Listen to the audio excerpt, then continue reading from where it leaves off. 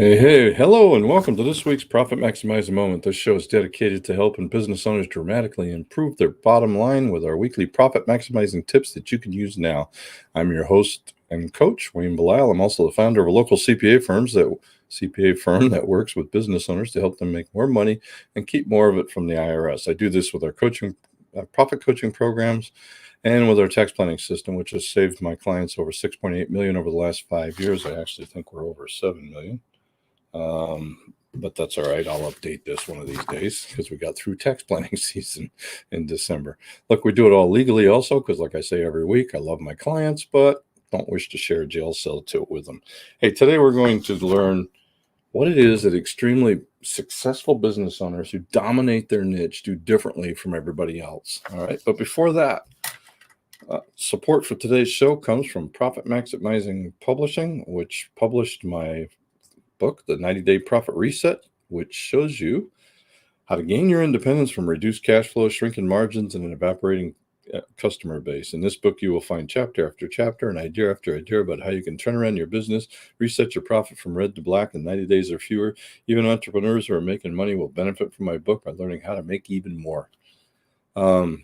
This thing, this is the time of year where you should be doing this, where you're sitting down, figuring out what you did wrong, what you can do better, and put a plan together. It's really that simple. I don't know what's going on in my mouth. All of a sudden, I can't put full sentences together. Let's try. Thank you for joining me last week. Don't forget, we talked about 10 ways to increase your profits. Now we've been on the profit idea, but I thought it would be interesting to talk about this. A trend I've seen over the last few years, and it's gathering steam in every market as far as I can see, is my business clients seem to be doing either exceedingly well or just barely surviving. Those in the middle only seem to be there because they're either rapidly growing or they're starting to do a long-term slide to elimination, basically. I don't believe this is an accident. That this separating businesses into extreme is occurring. In the past, you could just operate your business and make a decent living. Now what I'm seeing is that every niche is being dominated by one or two companies that have acquired 85 to 90% of the customers. All the other businesses are left fighting for the scraps. I mean, I think social media has a lot to do with it. We're able to see instantaneously who's doing a good job, who's not.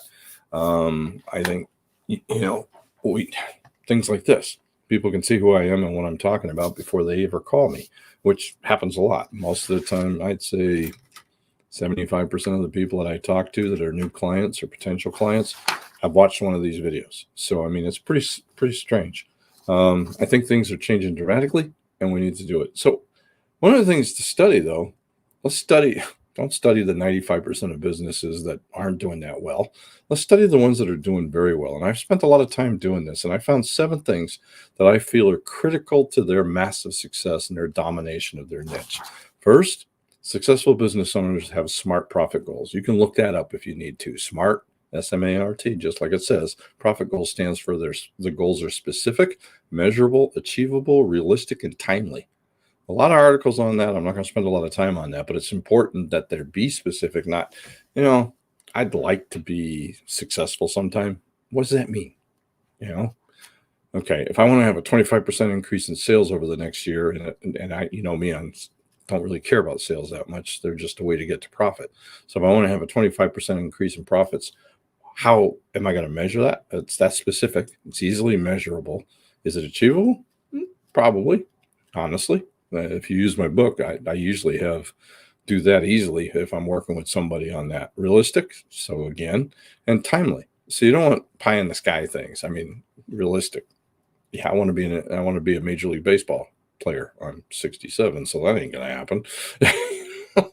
And so something that's timely is something you can get done. Number 2, successful business owners eliminate all excuses and that stop them from reaching their goals. They accept responsibility and never give up. They understand that anything that's not working in their business, it ultimately is their fault. Okay. They're the business owner. They're the ones that did this. So they take responsibility. They don't look for somebody to blame. It's amazing to me how many people come in and they're like, oh, competition. I can't hire good people. It's, the competition's too bad. And I'm always like, well, your competitors are hiring good people and they're getting new business. First thing you need to do before you can improve something is take responsibility for it. And successful business owners do. Number 3, successful business owners are committed to constant improvement. It's not an accident. They understand the power of working on improving their business every month. I ask my coaching clients to dedicate at least 4 hours a week for 50 weeks a year. I give them 2 weeks off because I'm a nice guy. Also, the math works better. 4 times 50 is 200 hours a year that they're working on improving their business, not putting out fires. All right. Imagine if you do this for 5 years. All right. You've just spent 1,000 hours improving your business and increasing your profits. Now, what if you don't do that? Well, you're not probably going to improve. You're going to do starts and spurts, and you're going to spend most of your time putting out fires.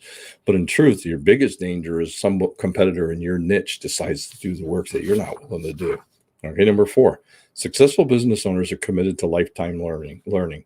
They are always on the alert for ideas from any source in any industry that will help them improve their business and customer experience, especially in today's world. Today's world, things are changing so darn fast that you need to stay on top, and you can get ideas from anywhere. All right.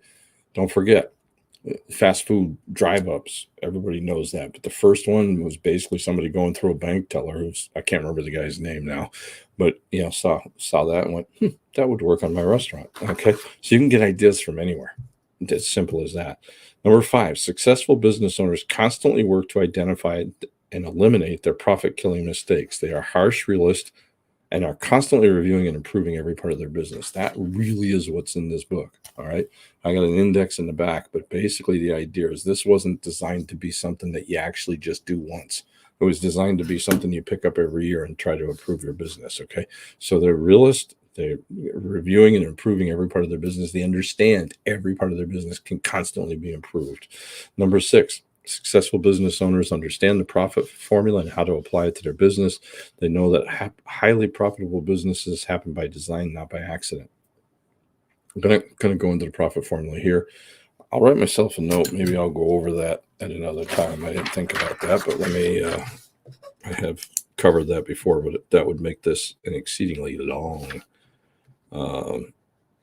video. We don't want to go there, but there is a profit formula for it, and I think I've covered it in the past. If you went to my blog, you could find it. All right. And finally, successful business owners set a weekly appointment with themselves to systematically improve their business, and they don't wait until things slow down. They prioritize the hard work of building a highly successful and profitable business. So in other words, they set a time. All right. They don't just do all this work and then don't do it. They set a time.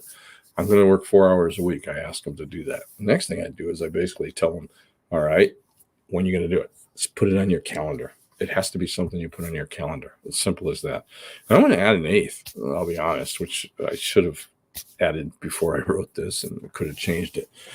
I think just about every successful business owner has a business coach, mentor, somebody is part of a mind, some sort of mastermind group. All right. I have 2. I'll be honest, and I pay them every month, even though I've been working with small businesses forever. The idea of having somebody who's also a business owner and a business coach that can bounce ideas off that you can say, hey, here's something I would like to improve, and they're able to improve it dramatically. All right. It's worthwhile. I get one idea a year that pays for it at least. I tend to get more than that out of it.